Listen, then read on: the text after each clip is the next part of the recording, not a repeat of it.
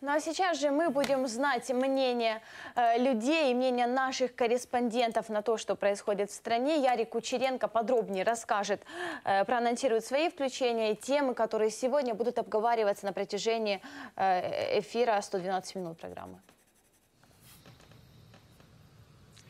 Да, спасибо огромное. Тема у меня следующая. В субботу состоялся Всемирный день туризма во всем мире, в частности в Украине. Так как в субботу наше шоу не выходит в эфир, сегодня в понедельник мы будем показывать и рассказывать о местах, в которых часто бывают киевляне, в которых часто проходят мимо гости столицы. И на самом деле памятник, например, Леониду Быкову, герою фильма «В бой идут одни старики». Например, я об этом фильме знаю очень мало, и об этом конкретном памятнике. Но для того, чтобы показать эту тему максимально широко, для того, чтобы рассказать какие-то подробности, которые наверняка не знают киевляне, наверняка не знают тем более гости столицы, мы пригласили сюда опытнейшего экскурсовода Украины Руслану, который нам расскажет и покажет сегодня, что интересно можно увидеть, смотря на этот памятник. Доброе утро. Леонид Быков, пожалуйста, расскажите, что собой представляет этот памятник. Да. Мне его брать, микрофон? Хорошо. Мы с вами находимся на одной из самых лучших видовых площадок города. Она расположена примерно на уровне 200 метров над Днепром. И здесь действительно открываются потрясающие виды. И мы с вами у памятника, который очень любят киевляне и гости нашего города. Называется он, его называют живым памятником, потому что Леонид Быков, как живой, сидит на фюзеляже своего самолета. Авторы этого памятника Владимир Щур и Виталий Сивко. Вы наверняка знаете и другие их работы. Это Паниковский на Прорезной, это Проня Прокоповна на Андреевском спуске и другие их работы. А вот памятник Быкова отличается тем, что, вот не знаю, подождите, чем отличается, или другое сказать. Так вот, этот памятник, у него есть много символов на этом памятнике. Помните, в фильме был кузнечик? Так вот, у ног Быкова сидит настоящий, кузнечик, изображение кузнечика. Кроме того, на памятнике есть надпись «Будем жить». И это как нельзя лучше олицетворяет настроение этого места. Потому что, когда приходишь сюда, когда видишь эти днепровские кручи и виды Киева, то действительно понимаешь, что бы ни происходило в жизни, мы будем жить. А еще у этого памятника есть одна загадка или тайна. Посмотрите, пожалуйста, здесь есть взлетная полоса.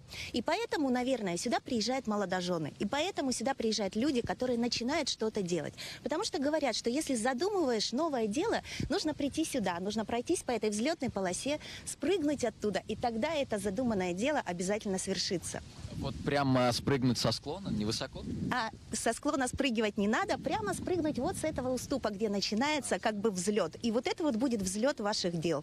Отлично. Скажите, пожалуйста, дальше куда мы с вами двигаемся, что мы еще сегодня сможем показать? Мы еще с вами сегодня будем видеть памятник основателям Киева. Это уже тоже обзорная площадка, но самая нижняя в Киеве обзорная площадка. И сегодня мы еще будем у памятника княгини Ольги, прямо в сердце Киева, возле Михайловского, Златоверхова. Да, друзья, действительно, сегодня покажем очень много мест, которые мы часто видим, мимо которых проходим, но о которых, возможно, не все знаем. К сожалению, сейчас мы находимся на одной из самых красивых видовых площадок, как сказала Руслана, но, к сожалению, наверняка в такой темноте, в которой сейчас мы находимся, не видно всей той красоты, которая находится за нами, поэтому во втором месте, в памятнике, возле памятника основателям Киева, возможно, будет виден тот рассвет, который, по крайней мере, мы своими глазами можем увидеть. Я напоминаю, что та информация, которую мы вам даем, она абсолютно чиста, она не имеет в себе ни примесей, ни слухов, и спонсор самого утреннего бодрящего шоу страны 112 минут София Киевская. Отправляемся в экскурсию по красивым местам Киева.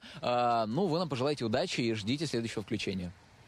Ярик, спасибо. Ты знаешь, один из немногих случаев, когда сегодняшнее утро, которое еще, скажем, не с таким большим количеством солнечного света, но Киев прекрасен в этом виде. Мы можем видеть за твоей спиной левый берег столицы, который еще немного освещен огнями. Это одно из самых романтических мест Киева, лично на мой взгляд. Всем советую его посетить в ближайшее время, для того, чтобы как минимум расслабиться и как максимум хорошо, прекрасно провести время.